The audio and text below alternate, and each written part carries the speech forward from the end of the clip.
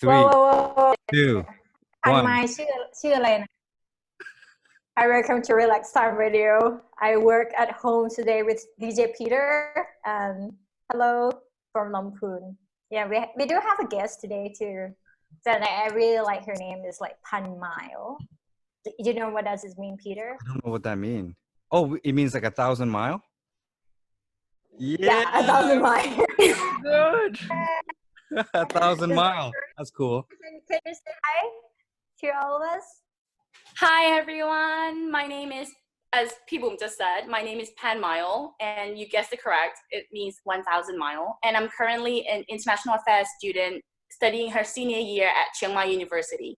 Nice to meet you guys. Nice to meet you. Thank you for coming on the show. I mean, like, we all have to wake up really early just to prepare. Myself, I called, actually Bhummy set up everything. We're using the Zoom application. And right. So I woke up pretty early, kind of late, right? I think 8 a.m. is late. 6 a.m. is early. Mm-hmm. But that's Mm-hmm. Yes.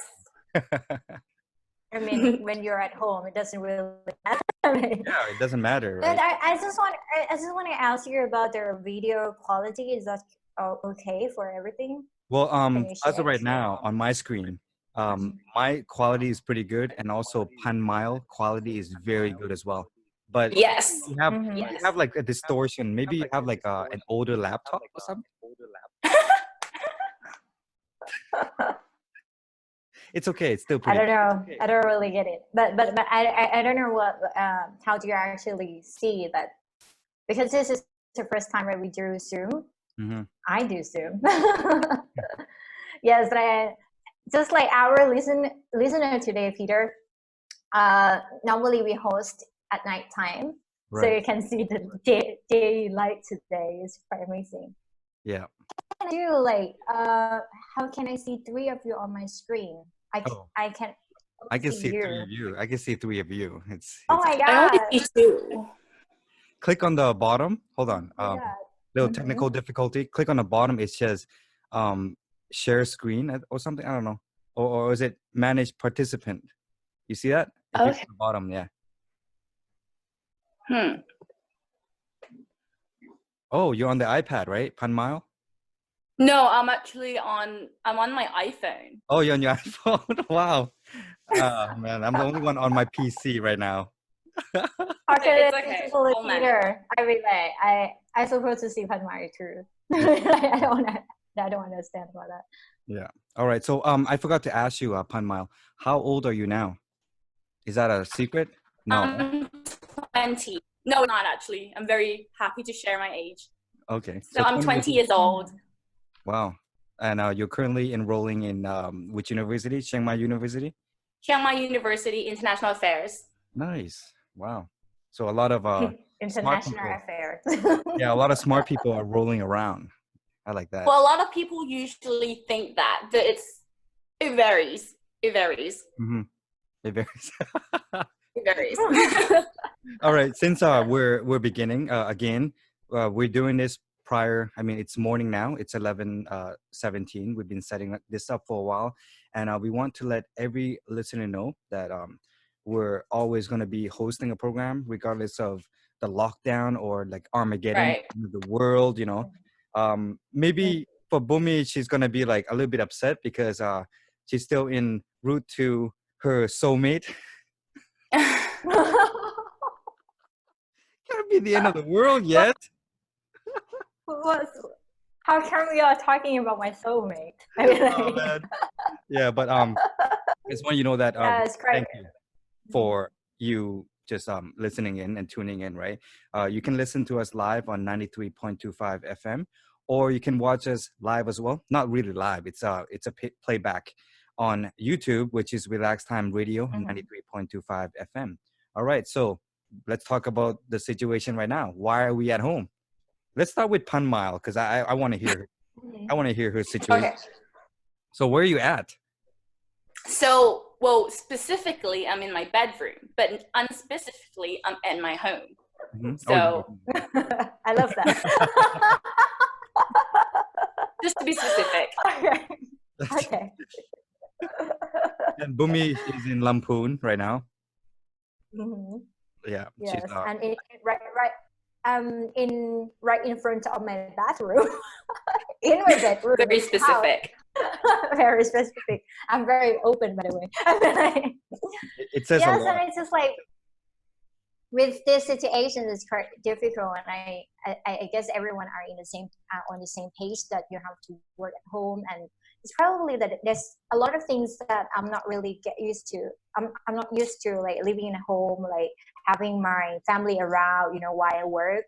I mean, it's really is I don't know. I mean, like the feeling is totally different from like hosting from the radio show, from the radio stations. And do you have the difficulty when you work at home or you study at home at the moment?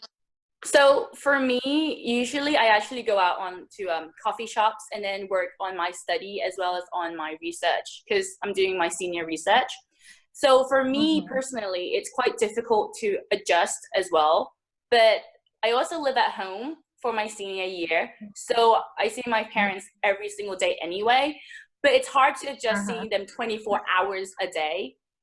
But I'm getting used to it. So it's fun, but at the same time, it's different, I suppose. But I think there's going to be a positive side to it as well. What's a positive it's going side? to You don't know yet? Continue. No, I do know the positive side. I mean, I think many people often say maybe like negative things about being in a lockdown or maybe having to adjust your schedule. But for me, I think it makes you really consider like other things that you've looked over. For example, like spending quality time with your family and just, you know, cooking dinner with each other is actually another way to actually really spend time with your family as well. So I think I'm actually gaining these little things back that I've actually looked over in the past. So that's a positive thing, I think. Yeah, it's good. So what do you normally do at home, Peter? Actually, basically what you said, right? There's so many things that I have to catch up, and one of the main thing was actually reading books, right?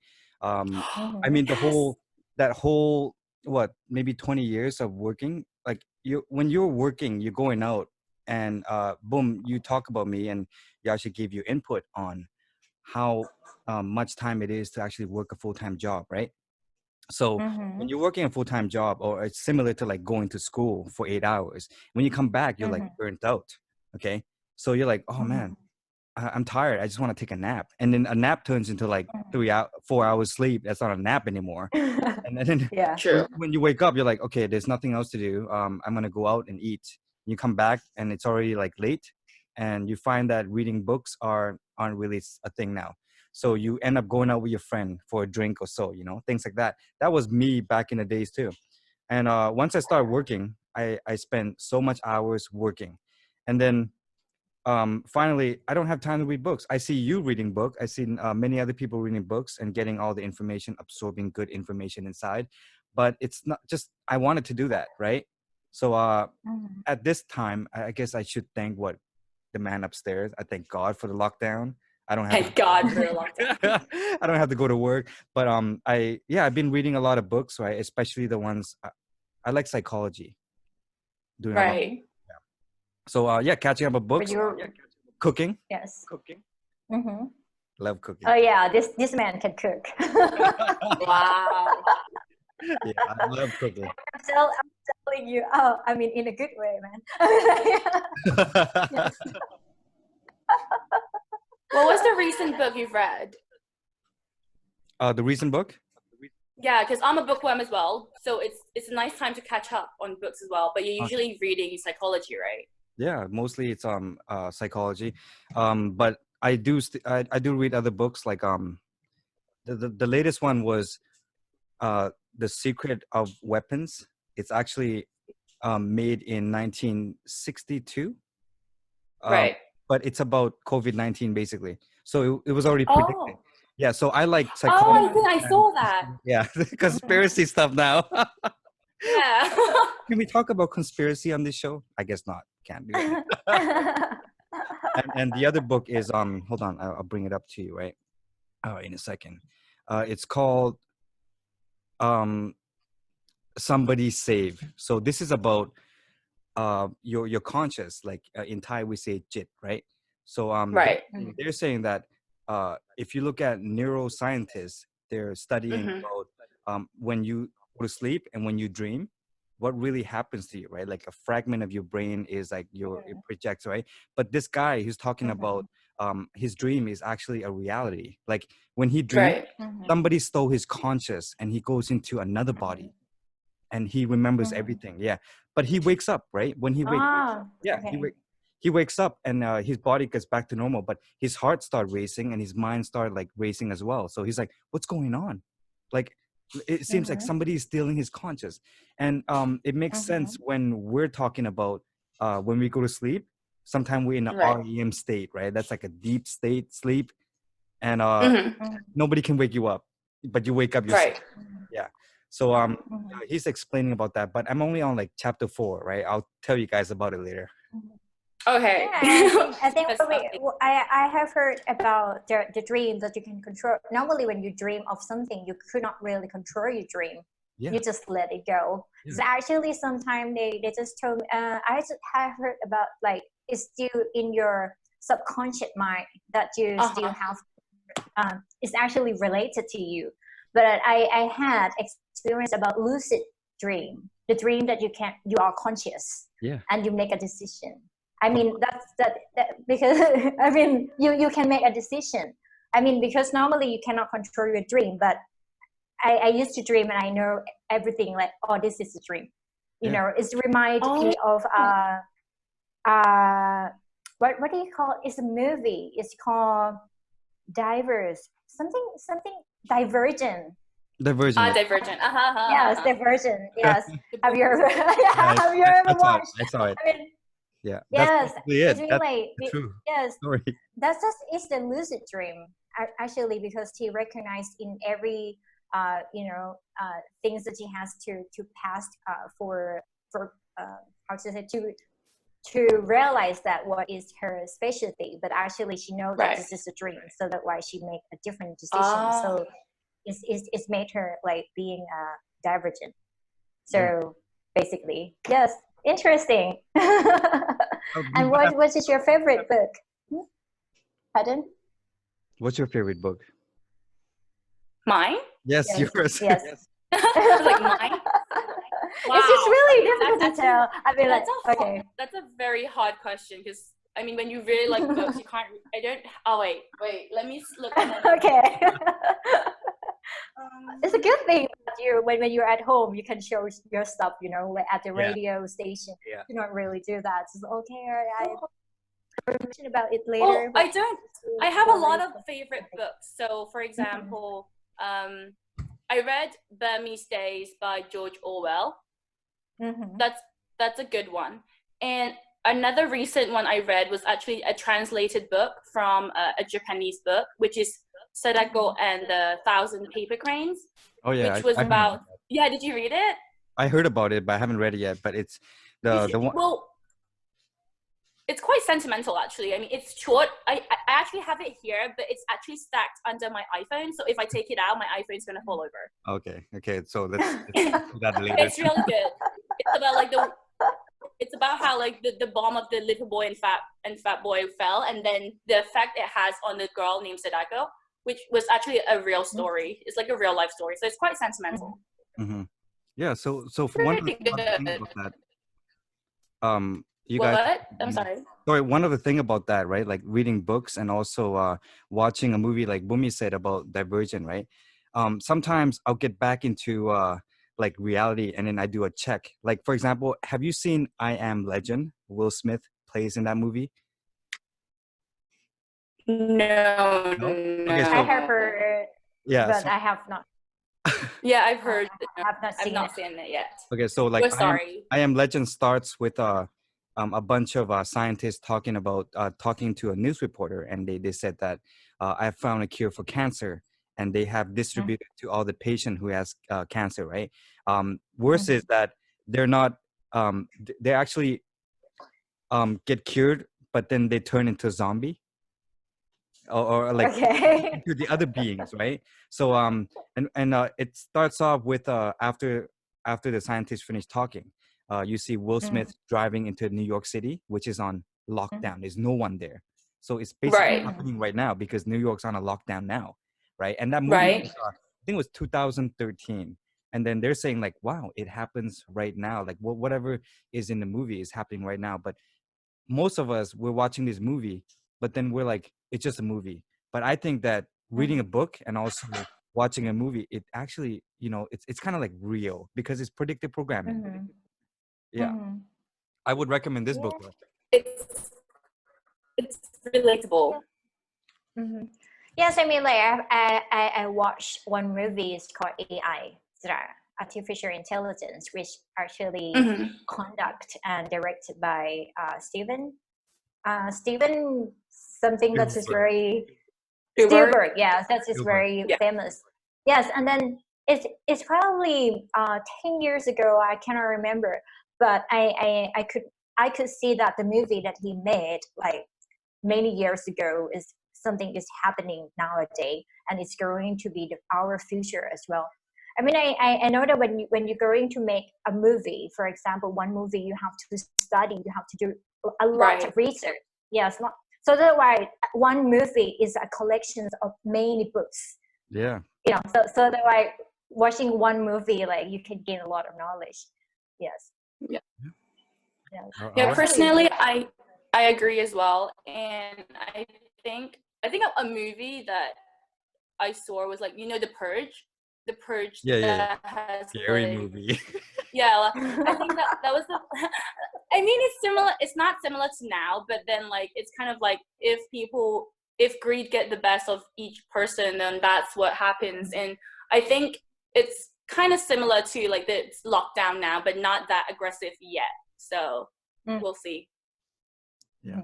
And another movie actually, which is very similar to our situation at the moment, if you have ever watched the TV series Zombie. I mean, Zombie. Yes, if zombie, if you, it's more like you get infected by the zombie. If the zombie scratch on your skin, you're going to turn to be a zombie. It's like if you touch anyone, you can get affected for the virus. So that's why you have to stay. I mean, like the situation is similar. Like everyone just go out and buy things, because they don't want to meet the zombie. I mean, like it's pretty similar to our situation at the moment. But it's the situation. Just speaking about that, like we're going to have a lockdown for real, like to start from tomorrow. Yeah. Yeah. Yes, I think the official is going today. Yeah. Published today. Ah, okay. Yeah, because I plan to go back to Chiang Mai, so I just wonder like if I can just cross the border from Chiang Mai to. We were talking about the border between Chiang Mai and Lamphun. Oh my God. Yeah, people are talking about that because they are like trying to make decision, kind of like yourself, Bhummy, because they're thinking like if I should stay in Lamphun or if I should go to Chiang Mai, but you need to pick one. So if you are staying in Lamphun, right, let's say there is a lockdown, you can't leave. So you need to pick wisely, right? But either way, I mean. I mean, it's just really difficult for people, not just only my situation, because like if I have to go to Chiang Mai, for example, for work, and sometimes some tasks you cannot really work at home. I mean, I have to like go back and forth, and I just wonder like that's if that situation going to with everyone like to pick one province to stay in lockdown there. Right. Yes, but it could really And another thing is the students. So how is the situation at the university? The students in the university are still having the same problem as you as well, because a lot of them are debating about should they go back to their hometown, because most of the classes in CMU is now online. So there's no real reason for them to stay at the university. And then many people actually are staying at the dorms. But then many people are saying that you should stay at Chiang Mai because Chiang Mai is considered to be like a risk place as well. So like if you go back to your hometown, you might be spreading like the infection around as well, because you don't know if you got it or not. So a lot of people wants to go home, but then again, they're fearing for their family as well. So it's a tough situation all around. Yes, that's happened with me too. Because I locked myself down for like I planned for 14 days. Yes, and we have to separate the location. I mean the place to eat, and also like I try to cover my I try to wear a mask just to protect. And somehow I transmit the virus to my family, so I don't really know. And then as I go, I will feel like really guilty if I do that. I mean, like, but still, like, it's quite tough time. Yeah. Yes, but for the students, like I think like for most of people is like going out and go back to the hotel probably. I mean, reasonable for some people who cannot really work. For example, if your studies, you have reason to stay, maybe at a dormitory. But for people who work like day by day to earn money, like day by day, they cannot really. They has no reason to stay in the city, so they have to move back to their hometown. But now they have seen that the government had their policy to kill this situation, the financial, like the economic situation, that they're going to give 5,000 baht for people who kind of like freelance, right? Money monthly, yes, freelancers, and also any business, like any, I would say like freelancer and any employee that is not doesn't really earn salary or work at proper company. Yeah, I heard of that policy as well. I know some conspiracy, but then I'm not gonna say it. Yeah, I was thinking of like, should I say it? Yeah. Nah. No, because I mean, like we kind of like discussed a lot of about the situation. Also, Bill Gates. I watched Bill Gates give the interview last night because he talked at TED maybe 5 years ago about the pandemic, and then and then he just gave the interview again, and he just mentioned about like the situation that maybe like to lockdown is going to the country who is not rich, the country which is not rich, because like if in a small country, like for example with high technology, they can do that because they have they have some sorts of power. But with the developing country, Bill Gates does be worried about that a little bit, because it affects a lot of people in not just only in one sector, because it's very various, because the gap of developmental stuff. Yes, it's really difficult to do. So it's just very challenging, man. You can see it could be fun to be like at the moment to see the many talented people, and I can see many people who come out and do some great. I have seen people are not gay, for example. He was our guest last time, and he gave away food, like at Northgate, and also with the burning season, he kind of like asked for flying drones to check out where is the fire in the forest, for example. Yes. Yeah. Just get back talking about Phanmile. Stressful, like, yes. I mean, like, so many conspiracy. We could talk about this all day. Yes. Just talking about Phanmile. I mean, like, I actually I saw her on the post of Nong Best.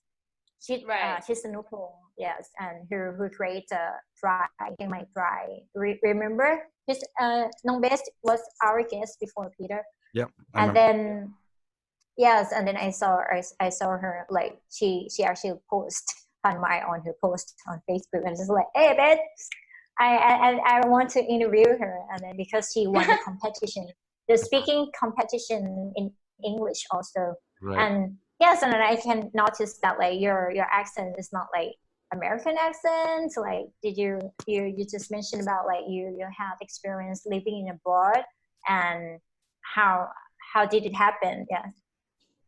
You want to know? Okay. So Shall I start from the speech competition or? Okay. The speech first. Yes, the speech first. So the speech competition was more of a university level speech competition for universities from the northern as well, from all around Thailand. So I think there was there were like 20, I think 20 university, because there were 2 participants from each university. But during the process was that we had to pick a topic, and I did a topic on how to solve the problem of PM 2.5 and forest fire without interfering in the local ways of life. So that was my chosen topic. And to be able to actually really understand that, I think I chose to speak with one of my friends who went through a the smogathon campaign from and so I got a lot of information from that as well, and from farmers themselves. So I think the in-depth information helped me to actually come out as first place. But yeah. But so for my experience abroad, my mother, she won the governmental scholarship, GOPO, for to do a PhD degree in England. So I think she did in like medical or nursing or something around like the health issues. And so our whole family moved over there in Norwich, England for 5 years. So I studied my primary years over there as well. So that's where I was exposed to a more of a multi cultural society as well. So that was fun. It was a lot of shift on my perspective as well. Yeah. That was the experience abroad, right? What? That was the experience abroad, right? Yeah. It was memorable. Okay. But when how old were you during that time? I was like 7 or 8. So I came back around like 12 or 13. So it was like an age for absorption where you can really absorb language skills and other perspective things as well. So it was a good age to actually move over there, I think. Peter, you say something? Yeah, because like when Bhummy talked about you had an American accent. Did you say she had an American accent, or no? It was like a British accent or something? Because it was like reverse, because you have British accent and she has American accent. Yeah, everybody keeps saying that. Yeah. So everybody keeps telling me I have an American accent, and I'm like, I've never been to America. That's American accent. You're speaking American right now. I know, I have no idea where I got it from. I studied in England. I'm sorry. Yeah, no, but perhaps like the people you study with and the people you talk with, they're speaking like this, right? So if you live in like a culture, England is like a culture too. So if you don't have a British accent, then you're not considered as a British or European, things like that, right? So you can see why Bhummy has that accent, because if she goes live in England, people are going to be like, oh yeah, she's got class. We talk about class, right? Yeah, because British accent is like very posh. Yeah, considered a very posh accent. Yeah, so you need, I mean, once you go started to live there and study there, people started to differentiate you from your accent, and that's what scares me. So I'm just like, I'll stick with Canadian. Yeah, I feel like Canadian. Canadian accent is very neutral, and I were to like very neutral. Yes, I mean when I searched for the information about like where is the best place to study English, Canada came up, like always come up under first under the first choice, that they say like it's better to have a neutral accent. Like sometimes yes, I don't know why, but my friend who studied in English major, she told me that like it's better you don't have an accent, like because sometimes it indicate you somehow like, oh, you are American, and somehow you can distinguish people or classify people from their accents. And in England or in the UK, there are also many like type of accent. Like you have posh, you have like you have like Cockney, you have like Siam, something like that. But I think all of this, yeah, all of this is more like with accent. If you understand phonetics, yes, if you study about that, and you can actually make the sound. So you can actually for the students or whoever who like to speak English, actually they can pick the accent that they could have, And how did you learn English? Like, do you learn from their primary school? So when I studied in Thailand first, English was the fundamental course anyway, so we had to study English there. But then after that, I think before traveling to England, I think I did like a short course at British Council, just for like the fun. But then I had to really adjust myself when I actually moved over there, because the surrounding kind of pressured you to be able to speak English, because everything is in English, right? So that's why I think it was more of like a self-adjustment and also absorbing it and just practicing it as well. So it was a big change, but it was a fun one. I think I learned as I go. So you learn from the real experience. Learn from the real experience. So yes. Yeah, from actually using it in everyday's life as well. Yeah. Yeah. But I think. And you're coming. Yes. Sorry, I think Bhummy was right when she said, like it's best to have a neutral accent. It is best to have a neutral accent, because like nowadays when you have an accent, even the U.S. accent, Thai people has accent too, like the northern and the Pak Lang and also the southern people, they all have accent, and you can kind of differentiate them in terms of where they come from, right? But in the U.S. you have like people who just speaks regular English, and then you have the southern people who like, how's it going, partner? Yeah, then you know, right? Then you know about, hey, that guy's from Texas, But for England, same thing, right? You got to be able to learn how to pronounce every single word like that. Otherwise, you're from the royal family. They pronounce every word correctly, and I think you just said one word. I can't remember what you said, but your English was kind of sounds like American, right? And then you have one word, it sounds like British. It sounds like British. So you mix it up. I just feel when she speaks, she has the British rhythm though. For the rhythm when she speaks. I know. It's I think I mix everything together. Yeah, see, that's British right there. Yes. And it's so weird though. Yes, and when you come back, I always have this issue, like when people just grow up in abroad, like in England or in America, when they come back to Thailand and they cannot pronounce clearly. Do you have that problem too? Yes. And it was a big problem for me. When I came back, I had to start over from scratch. So I had to start writing that Thai alphabet from scratch. And also my pronunciation. I think I remembered vaguely when I was in primary school, when I came back. So I was studying my first year of high school, I think. And I think it was like the word Russia, but in Thai it's like Russia, right? But then I got stuck with Russia. So I was like, Russia. And then I can show you the world. He said like, okay, you are the bottom and then you can do anything. That sounds pretty wrong. Okay. All right, so we're back right now recording. So anyways, we're talking about the Russia. Yes. You cannot pronounce correctly. Yes. Because Russia in Thai is Rus, right? So, and then my teacher was like, oh, do you have problems with pronunciation? Because I don't think you can pronounce this word properly.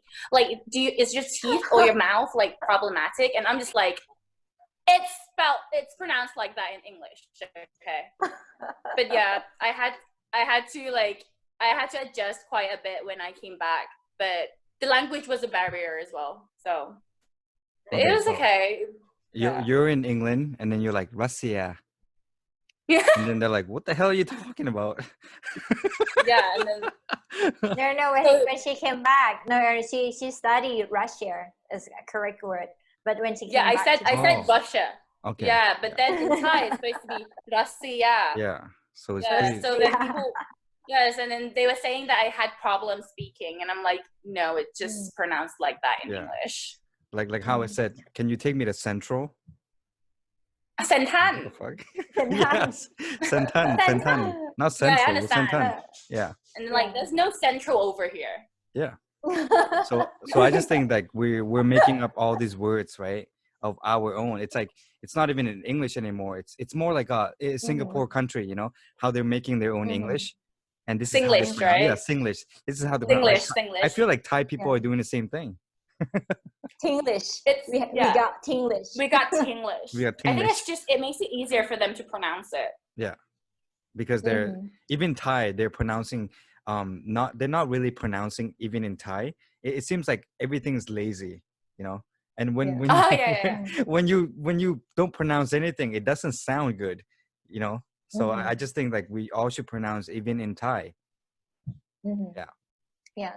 So Phanmile, do you think like when you have like good skill in English, it also give you a lot of opportunities in your life, and also do you consider English as your advantages? I think I do consider English as my advantage, because English it's not that I don't mean it's like a big thing here, but it's a really important skill to have. So even if you consider just profession wise, I mean, people who speaks English or have a third language get paid more. So that's like in the profession area. But then even just, you know, skills in my everyday life, as well as studying, because we have to study from English texts. So that's also another advantage as well. But I find it that when you have the advantage of something, you should use it to help others as well. So that's why like many of my friends, I teach them English, and also I'm a volunteer teacher on like, so I teach English to rural students as well. Rural, wow. So do you have to go up there, or do they come down? Yes. Okay. I have to go up there because it's like we have, so my faculty is the Faculty of Political Science, and they have an annual, so actually they have a three annual camps every year. So 3 camps a year. So we have to go up there, and then there's different sections as well, but I'm responsible for teaching English to the rural students. So that's why I'm really interested in, you know, equality in education as well. Okay. So do you have all your plans mapped out now in terms of what you will be doing after you graduate? Such a sacred question. I know, I'm good at that. Thank you for that, but no pressure. But no, I'm planning on continuing my master's degree first. So I'm planning to do a master's degree because I really like the academic side of international affairs. So like all the researching or doing the research, and I like area studies. So more of like a regionalism kind of, so more of like European study or an area study. So I wanted to have an in-depth knowledge of that. So that's what I'm planning to do for my master's. But after that, I'm still looking into my profession because I want an academic-based profession. But I think I don't want to fix on like one destination, because I think, you know, our life has many paths and all, and I'm just planning on taking whatever comes my way. So I'm open to all like new opportunities as well. Yeah. Yes. You said like I wanted to get back to the conversation about like teaching the student in rural area. Like as you used to study abroad, you know, and then you study in Thai, like, you know, in the city. And what do you see the difficulty that rural students, you know, confront with? And you mentioned about the inequality of the students there. What do you think, like what the scarcity that they are facing at the moment, and what can we offer, or which part of our society should you know, like fill the gap of inequalities? Right. So Well, first of all, people often say we need access to education, right? But right now, I don't think access is enough, because right now everybody has access to education, but I think we really have to focus on access to quality education. So more of like the quality wise. And also from my experience of teaching rural students, I think they don't realize that they have a choice to actually choose a profession. So we know when we're young and we have the question of like, what do you want to be when you grow up? And then we get to choose all of these professions. But then for them, they don't even realize that they can choose. So that's what made me not really sad. It was sad, but then it kind of made me think that, I mean, it's not fair for people to actually not be able to, you know, choose a profession for themselves just because there's a lot of limitation. Because we grew up thinking we can be whatever we want to be, but then when we grow up, there's a lot of limitation. So that's why I think it's quite unfair. So for your question on how we can actually like bridge the gap, I don't think that it's the responsibility of just one sector. That because I think every sector has their own input in each of in this the inequality wise. I think every sector can have their own like part in actually maintaining and elevating the inequality part as well. So for example, for the education sector, I think even the public organization can have their part in not just the funding, because I think people often say fundings, but there are other like social entrepreneur, social enterprise, and enterprise-wise. But then for me, I think Thai people are actually like, they have a lot of talent to actually be able to do all these things. But then you need I think the problem is like the regulations to actually be able to say that, okay, these will actually be equal. Like all of this opportunities will actually be distributed to the people who really need them. So the people who regulate it has to be fair and wise, I suppose. So yeah, that's kind of my thought on things, but we'll see how it goes. But the inequality, the developmental gap in Thailand it's observable, I say. Yes. And nowadays we do have online education as well, like to access to the quality education is pretty equal. For me, for example, I just talked with Peter last time, like we talked about the online courses from Harvard University, from the Ivy League University, you know, all over the world. They offer the free online classes for anyone who are at home. At the moment, I actually enrolled to those courses. And actually, I don't know, like since the CMU nowadays also like move every courses online based as well. And do you think it's very effective way to study online, or do you prefer study in the classroom, in the physical classroom? Well, for me, I think I prefer studying in the physical classroom. But just because like I think it's all the external factors. So like you get to see your friends, you get to enjoy the scenery of your university and stuff. But for education wise, I think it doesn't really matter which way you study. It's really up to the person themselves if they want to study or not. Because my professor is facing with the problems of like teaching online class, but then no one really pays attention. So I think the method is really, it's just helping people to gain access because there's limitation in the situation right now. But for people on understanding it, it's really up to the person themselves. I mean, I could be studying on a boat or somewhere and I could still not be studying. So yes. So Ivy League or local university. I mean, you have local university. I mean, like, yes. Do you?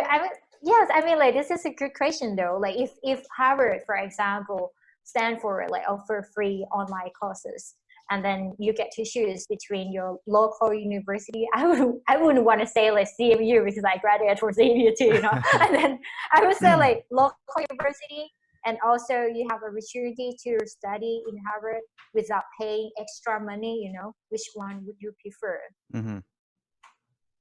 I think obviously I would want to try and study like the Ivy League ones as well, because you want to know, like, you obviously want to know, like, what would it be like? I mean, just for the experience wise.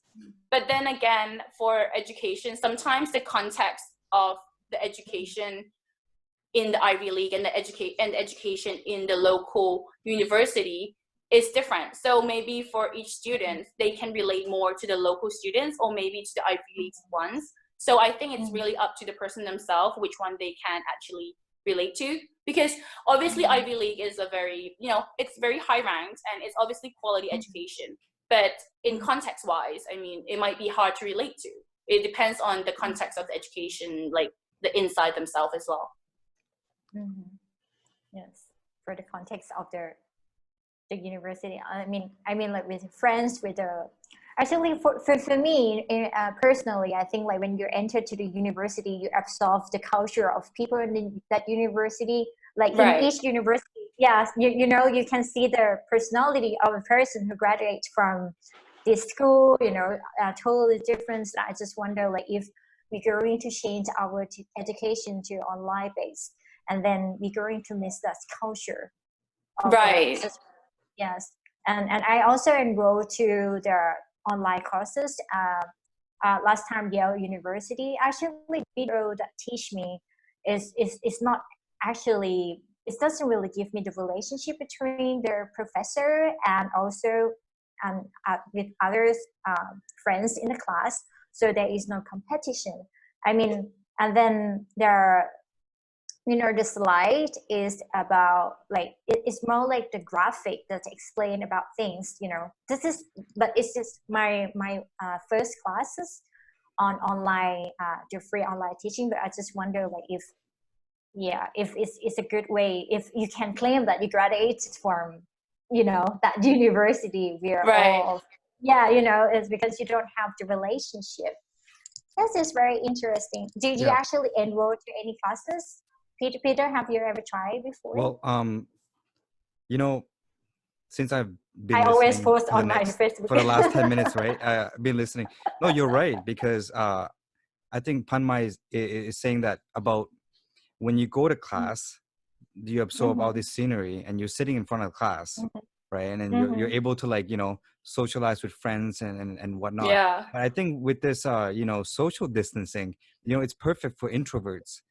Like, I wouldn't want to sit in a classroom with Phanmile and be like, yeah, that girl, she's so loud, right? I just want to stay home and do something, right? So that gives them the option, right? That gives them the option. How can you say that? Yeah, I mean, like, why would you hate Phanmile, right? She's the nicest girl on the planet. I am. Yeah, Thank so you. no, but I totally agree with you guys, and also Bhummy, about classroom. When you know, it's better to attend. You actually feel like you're studying, right? But it takes a lot. It takes a lot to get out of bed and turn on your computer.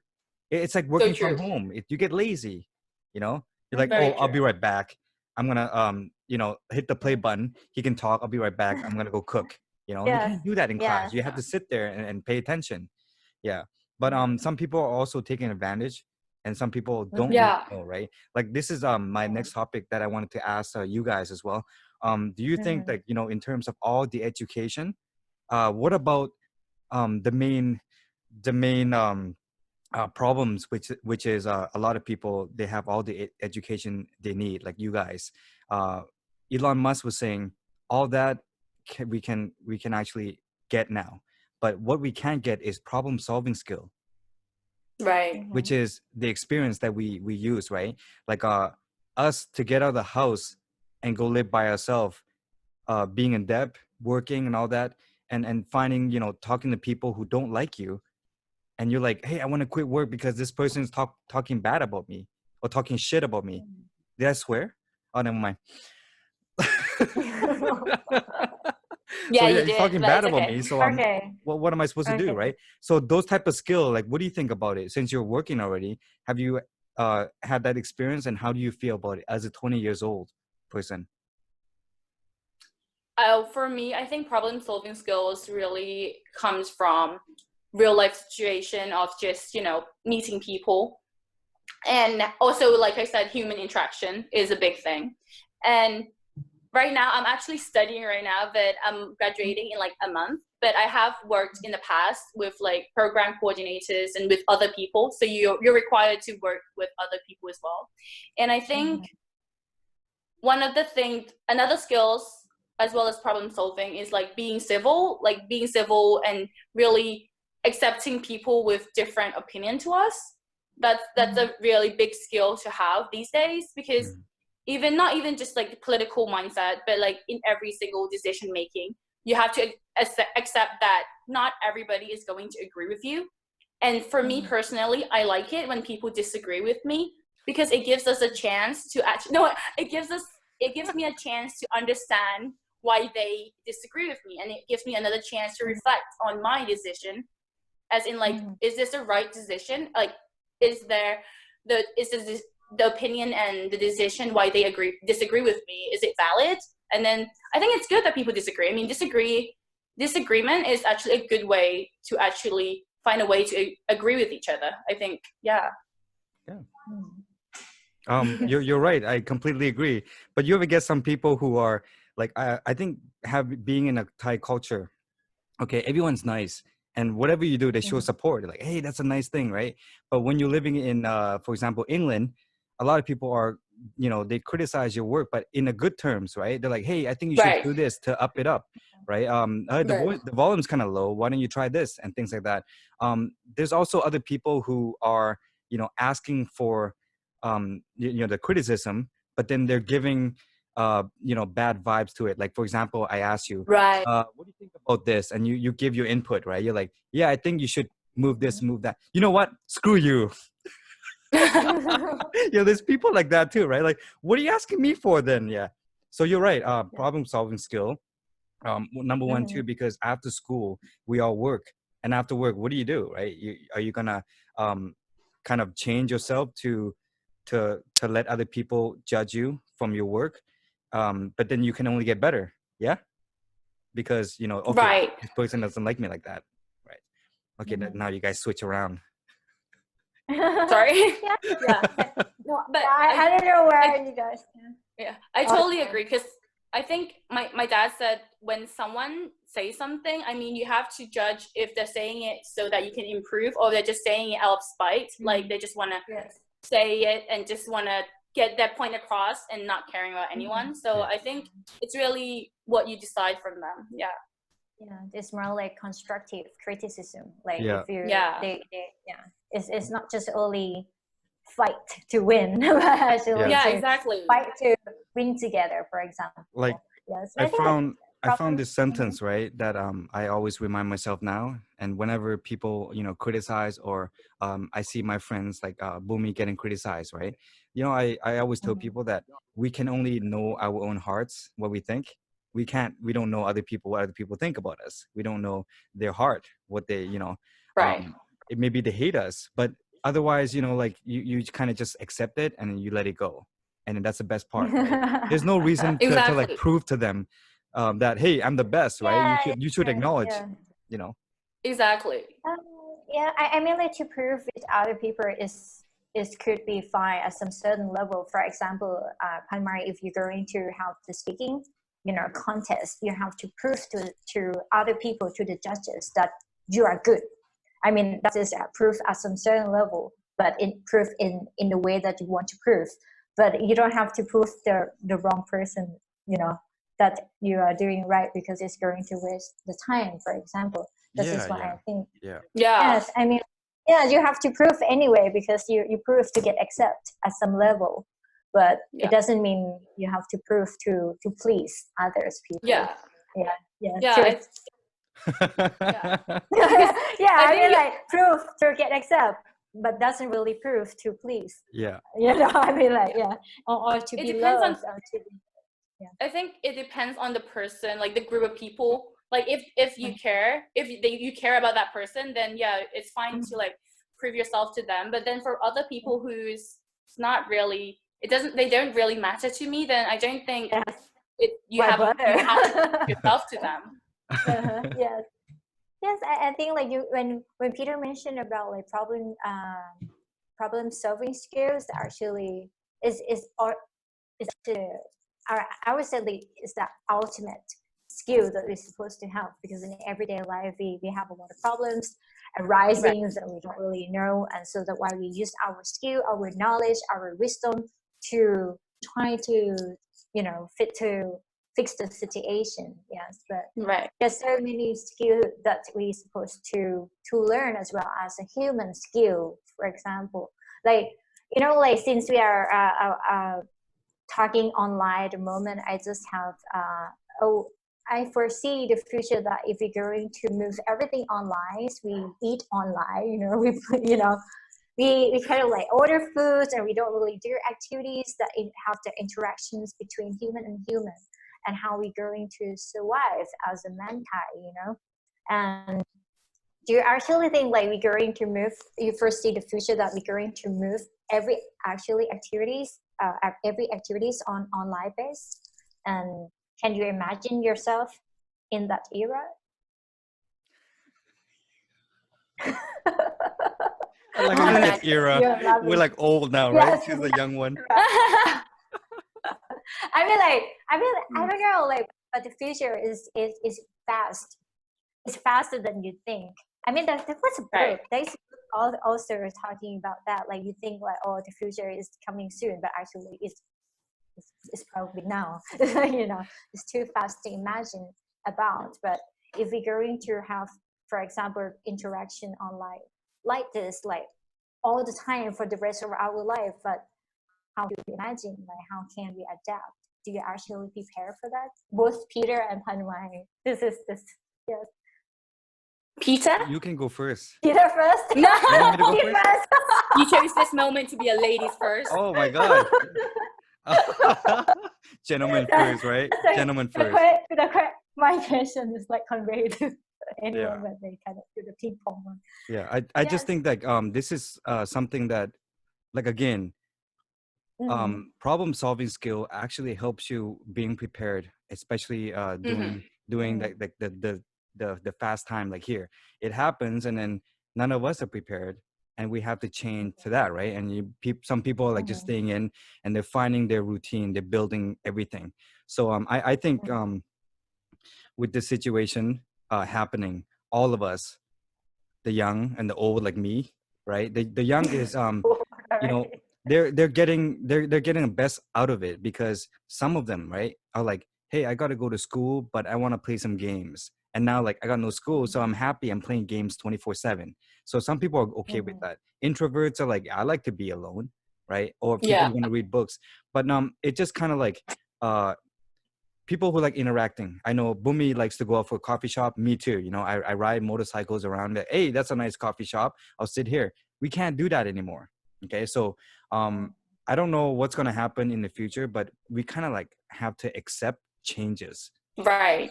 So once we able to accept the changes, we could like adapt into a new situation. Like, for example, this. And now I'm saying like, oh, people are talking about it. European and the US are talking about the digital notes that's going to be implemented, right? So they're not using the dollar bill anymore because you get corona. So why don't we do everything digitally? Put a chip in your hand or something like that. That's one thing that are going to be changes. But I think we should be aware of it. Like, what's a good change for us? Do it. And then what's the changes that it's going to be bad for us? Don't accept that into your life, man. I just think be aware of it. That's all. All right. Gentlemen first, ladies second. Thank you for passing the microphone over to me. So I completely agree with Peter. I mean, being aware of it is the first step. So you have to be really aware of everything that's happening. So you have to keep it up to date. And then after being aware, you have to accept that, okay, so this is how it is. But while you're accepting it, you have to also, like Peter said, you have to also separate the positive side and the negative side as well, because you can't accept everything just as it comes. I mean, you have to have your own like opinion of things as well. Right. But then after that, after accepting it, I think for me, I mean, I'm an extrovert. So that's clear. I love going out. I want to see the sunshine, but then like, if this situation still continues like this, I think we just have to be positive, but also like realistic about everything. So even though many things are going to change, and I'm going to have to adapt to it, but also I would like to adapt to it in my own way. So I might find my own enjoyment of staying inside, but also still actually enjoying being an extrovert. So I might turn into an extrovert to introverted extrovert, introverted extrovert, something like that. I'll find a better word for it, but I think we'll just have to adapt as things goes. Yeah, we have to adapt. That's all. Yeah. I just that's perfect. That's perfect. I mean, like, from a person who's 20 years old, that's pretty good thinking. Like, I'll give you that. Like, I'm actually very glad that Bhummy finds like guests like this, because I enjoy it. I enjoy picking people's brain. I just want to remind you, Bhummy, we have 10 minutes left just before we got to say goodbye before it cuts off.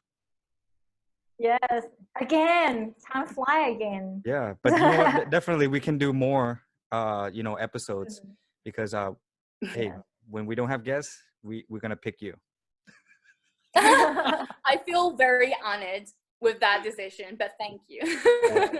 Yes, actually, like we're supposed to go to the radio station today, and I was trying to ask Phanmile if you're okay with the video conference, and she said yes, like yes, right. I mean, I'm fine. Like every situation, I think it's very nice to have you here, and also like it's very inspiring for the young generation as well. Like, because like as Peter just mentioned, as you are 20 of age, and also you have a lot of experience, you have volunteering, like teaching in the rural areas, also has experience in abroad, and also inspire a lot of younger people, like younger generation. Also, like I think like every generation who resonates with your message as well.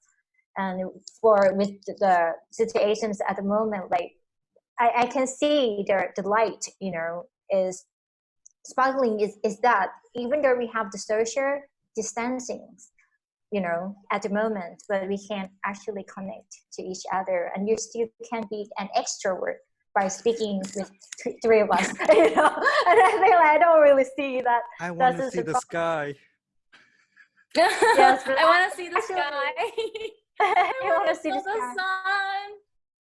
Yes, and actually just going out there, like speaking about like interaction between people when we go out and we meet a lot of people, somehow we're scared of like touching a lot of people, and with this solution is actually perfect at the moment. Yeah, so we hope that we can actually get back to the normal situation very soon. Right. Yes, either like in very soon, maybe 6 weeks. Like in China, it took about 2 months. There's also Thailand. Right. Is in a position, of we are choosing and we are controlling at beforehand. Yes, and actually complaining doesn't really get us to anywhere, but actually just join the hand actually will improve us and will save us for this situation. Yes, I will convey the microphone to Mr. Peter. Oh, okay. Yeah. So again, Phanmile, it's been a pleasure that you come on the show. Well, you did Zoom with us, and you had to wake up early, so we're very grateful for you to be able to do that. Also, after I got to talk to you more, right, I'm not surprised that you won many awards, especially with public speaking and speeches, right? Because to be able to do this, you need a very good accent. That's one, right? And then you need good energy level, like what you're having right now. And I'd like to take this opportunity to tell everyone that if you have a high energy level, continue emitting this to the universe. So perhaps this COVID-19 situation thing will actually just disappears in front of our eyes, because we're just I'll happy. try my best. Yeah. All right. So anyways, how many minutes do we have? 5, but we can cut out right now because we're gonna play some music. Okay. Yes, I mean, like Phanmile could just say something. Yeah, say something. Say goodbye. Oh, yeah. Say last word. Oh. Say something. Thank you for having. I'm giving up on you. Yeah, I'm gonna go see the sun. Bye. Thank you for having me here as well. It's been a pleasure. Yeah. Yeah. All right. Take care, everyone. Thank you very much. Bye. Take care, everyone. Bye.